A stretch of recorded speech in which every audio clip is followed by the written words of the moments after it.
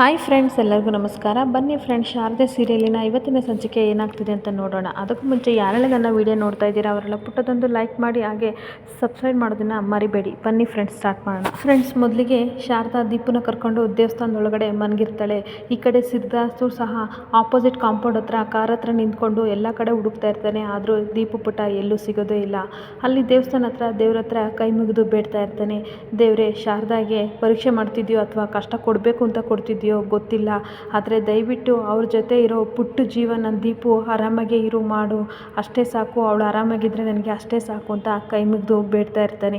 ಹಾಗೆ ಶಾರದೆ ಅವರು ಏನು ತಪ್ಪು ಮಾಡಿಲ್ಲ, ಆದರೂ ಸಹ ಪರೀಕ್ಷೆ ಮೇಲೆ ಪರೀಕ್ಷೆ ನೀನು ಅವರಿಗೆ ಕೊಡ್ತಾ ಇದೆಯಲ್ಲಪ್ಪ ದೇವರೇ ಅಂತ ಬೇಡ್ತಾ ಇರ್ತಾನೆ. ಇನ್ನು ಎಷ್ಟು ಪರೀಕ್ಷೆ ಅಂತ ಕೊಡ್ತೀಯಾ, ಎಷ್ಟು ಕೊಟ್ಟರು ನಿನಗೆ ಸಾಕಾಗಿಲ್ವಾ ಭಗವಂತ, ಯಾಕೆ ಈ ಥರ ಮಾಡ್ತಿದೀಯಾ ಅಂತ ಕೈ ಮುಗಿದು ಕಣ್ಣೀರು ಹಾಕ್ಕೊಂಡು ಬೇಡ್ತಾ ಇರ್ತಾನೆ. ನನ್ನ ದೀಪು ಯಾವ ಜನ್ಮದ ಪುಣ್ಯನೋ ಏನೋ ಗೊತ್ತಿಲ್ಲ, ಅವಳು ನನಗೆ ಸಿಕ್ಕಿದ್ಲು. ಅವಳು ನನ್ನನ್ನು ಫ್ರೆಂಡ್ ಅಂತ ನನ್ನ ಸುತ್ತಮುತ್ತ ಓಡಾಡ್ತಾ ಇದ್ದರೆ ಎಲ್ಲ ಕಷ್ಟವೂ ಸಹ ನನಗೆ ಕಳೆದೋಗ್ತಿತ್ತು. ನನಗೆ ಎಷ್ಟೇ ಸುಸ್ತಾಗಿದ್ದರೂ ಸಹ ನನಗೆ ಚೈತನ್ಯ ತರೋಕ್ಕೆ, ನನ್ನ ಮುಖದಲ್ಲಿ ನಗು ತರೋಕ್ಕೆ ದೀಪುನೇ ಕಾರಣ ದೇವರೇ. ಅಂಥವಳು ಆದಷ್ಟು ಬೇಗ ನನ್ನ ಲೈಫಲ್ಲಿ ಬಂದಿದ್ದಾಳೆ, ಅವಳಿಗೆ ಒಳ್ಳೇದು ಮಾಡು, ನನ್ನಿಂದ ದೂರ ಕರ್ಕೋಬೇಡ, ದೀಪುನ ನನಗೆ ಸಿಗುವಾಗ ಮಾಡು ಅಂತ ಬೇಡ್ತಾ ಇರ್ತಾನೆ. ಇಷ್ಟು ವರ್ಷದಲ್ಲಿ ನಾನು ಮಾತ್ರ ಆಗಿದ್ದೆ, ಈಗ ದೀಪು ಬಂದಮೇಲೆ ನನಗೆ ಹೊಸ ಚೈತನ್ಯ ಸಿಕ್ಕಿದೆ ಅಂತ ಹೇಳ್ತಾ ಇರ್ತಾನೆ. ಶಾರದಾ ಅವರು ಎಲ್ಲರಿಗೂ ಒಳ್ಳೆಯದನ್ನೇ ಬಯಸ್ತಾರೆ, ಆದರೆ ಯಾಕೆ ಈ ಪ್ರಪಂಚ ಅವರನ್ನು ಕೆಟ್ಟದಾಗೆ ನೋಡ್ತಾ ಇದೆಯಲ್ಲ ದೇವರೇ. ಒಟ್ಟಾರೆ ಎಲ್ಲೇ ಇರಲಿ ಇಬ್ಬರು ಸಹ ಆರಾಮಾಗಿದ್ದರೆ ಸಾಕು ದೇವರೇ, ಕಾಪಾಡು ಅಂತ ದೇವ್ರ ಹತ್ರ ಕೇಳಿಕೊಂಡು ಕೈ ಮುಗಿದು ಕಾರತ್ತಿ ಹೋಗ್ತಾನೆ. ಈ ಕಡೆ ಎಚ್ಚರಿಕೆ ಆಗಿಬಿಡುತ್ತೆ ಶಾರದಾಗೆ. ಆಗ ನೋಡ್ಕೊಬಿಟ್ಟು ಹಾಗೆ ಮತ್ತೆ ದೀಪನ ನೋಡಿ ಕಣ್ಣೀರು ಹಾಕ್ಕೊಂಡು ಮಲ್ಕೊಬಿಡ್ತಾಳೆ. ಈ ಕಡೆ ಸತ್ಯಭಾಮ ಮತ್ತು ಮುನಿ ಇಬ್ಬರು ಸಹ ಕಾರಲ್ಲೇ ಕೂತ್ಕೊಂಡು ಶಾರದಾ ಹೊರಗಡೆ ಬರೋದನ್ನೇ ಕಾಯ್ತಾ ಇರ್ತಾರೆ. ಇನ್ನೊಂದು ಕಡೆ ಸುಮಿತ್ರಾ ವಿಮಲಾಗೆ ಎಣ್ಣೆ ಹಚ್ಚಕ್ಕೆ ಅಂತ ಬರ್ತಾ ಇರ್ತಾಳೆ. ಆವಾಗ ವಿಮಲ ಹೇಳ್ತಾಳೆ, ನನಗೆ ಎಣ್ಣೆ ಹಚ್ಚಬೇಡ ಆಯಿತಾ, ಇವತ್ತು ಶಾರದಾ ಬೇರೆ ಇಲ್ಲ, ಸುಮ್ಮನೆ ಕೂತ್ಕೋ, ರೆಸ್ಟ್ ಮಾಡು, ಅವಳ ಬಗ್ಗೆನೇ ಚಿಂತೆ ಮಾಡ್ತಿದ್ದೀಯ ಅಂತ ಹೇಳ್ತಾ ಇರಬೇಕಾದ್ರೆ ಸುಮಿತ್ರಾ ಹೇಳ್ತಾಳೆ ವಿಮಲಾಗೆ, ಶಾರದೆ ಇಲ್ಲ ಅಂತ ಅವಳ ಕೆಲಸಗಳನ್ನು ನಾವು ಮರೆಯೋಕ್ಕಾಗಲ್ಲ, ಒಂದಲ್ಲ ಒಂದು ದಿನ ಶಾರದೆ ಬಂದು ಕೇಳ್ತಾಳೆ, ಅದಕ್ಕೋಸ್ಕರನಾದರೂ ನಾನು ಎಣ್ಣೆ ಹಚ್ಚುತ್ತೀನಿ ಅಂತ ಹೇಳ್ತಾ ಇರಬೇಕಾದ್ರೆ ವಿಮಲ ಹೇಳ್ತಾಳೆ, ನಾನು ಆದಷ್ಟು ಬೇಗ ಹುಷಾರಾಗಿ ನಡೆದಾಡಬೇಕು ಅನ್ನೋದೇ ಅವಳಿಗೆ ಆಸೆ ಇತ್ತು, ಅದಕ್ಕೋಸ್ಕರನಾದರೂ ಶಾರದೆಗೋಸ್ಕರನಾದರೂ ನಾನು ಎಣ್ಣೆನ ಹಚ್ಚಿಸ್ಕೋತೀನಿ ಅಂತ ಹೇಳ್ತಾ ಇರ್ತಾಳೆ. ಆದರೂ ಸಹ ಅತ್ತೆ ಯಾಕೆ ಈ ಥರ ಮಾಡಿದ್ರು, ಅವ್ರಿಗೇನು ಬುದ್ಧಿ ಇಲ್ವಾ, ಆದರೂ ಮನೆ ಬಿಟ್ಟು ಹೋಗ್ಬಿಟ್ಲಲ್ಲ ಅಂತ ಮಾತಾಡ್ತಿರ್ಬೇಕಾದ್ರೆ ದಶರಥ ಅಲ್ಲಿಗೆ ಬರ್ತಾನೆ.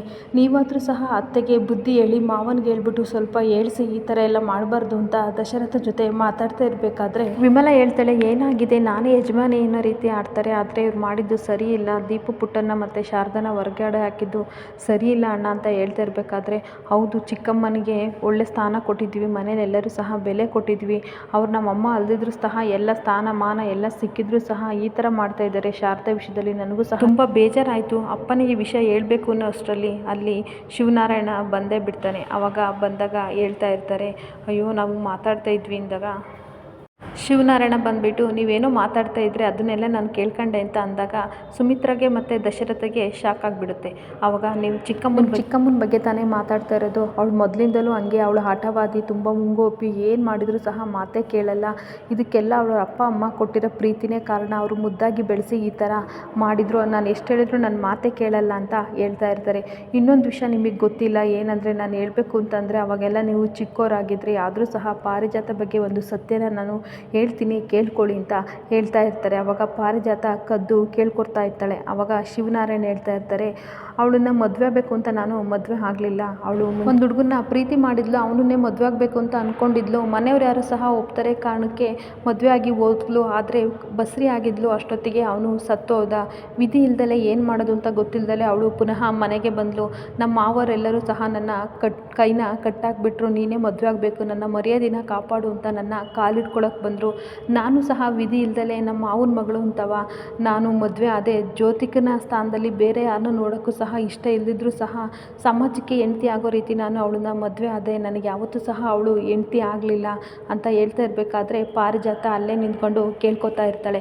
ಅವತ್ತಿಂದನೂ ಸಹ ಹೇಳಿದೆ, ಈ ಥರ ಎಲ್ಲ ಆಟ ಮಾಡಬೇಡ, ಮುಂಗೋಪ ಒಳ್ಳೇದಲ್ಲ ಅಂತ ನಾನು ಹೇಳಿದರೂ ಸಹ ನನ್ನ ಮಾತೇ ಕೇಳಲಿಲ್ಲ, ನನ್ನ ಹೆಂಡ್ತಿಯಾಗಿ ನಾನು ಒಪ್ಕೊಳ್ಳಿಲ್ಲ ಅಂದರೂ ಸಹ ಅವಳಿಗೆ ಸ್ಥಾನ ಮಾನ ಈ ಮನೇಲಿ ಎಲ್ಲದೂ ಸಹ ಸಿಗೋ ರೀತಿ ಮಾಡಿದೆ, ಆದರೂ ಯಾಕೆ ಹಿಂಗೆ ಮಾಡ್ತಾಳೋ ನನಗಂತೂ ಗೊತ್ತಿಲ್ಲ ಅಂತ ತುಂಬ ಬೇಜಾರು ಮಾಡ್ಕೋತಾ ಇರ್ತಾರೆ. ಇನ್ನೊಂದು ಕಡೆ ಶಾರದಾ ಮಲ್ಕೊಂಡಿರ್ತಾಳೆ, ಹಾಗೆ ಯೋಚನೆ ಮಾಡ್ತಾ ಹಳೇದನ್ನೆಲ್ಲ ನೆನಪಿಸ್ಕೋತಾ ಇರ್ತಾಳೆ. ಅವ್ರ ಲೈಫಲ್ಲಿ ಆಗಿದ್ದ ಕಹಿ ಘಟನೆಲ್ಲ ನೆನೆಸ್ಕೋತಾ ಇರ್ತಾಳೆ.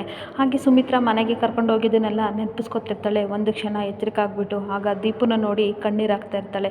ನನ್ನಂಥ ಕಷ್ಟ ನಿನಗೆ ಬಂತಲ್ಲಮ್ಮ, ನೀನು ಚೆನ್ನಾಗಿ ಬೆಳೆಸ್ಬೇಕು ಅಂತ ಅಂದ್ಕೊಂಡೆ, ಆ ದೇವರು ನಮ್ಮಿಬ್ಬರನ್ನು ಬೀದಿ ಪಾಲು ಮಾಡಿಬಿಟ್ಟ.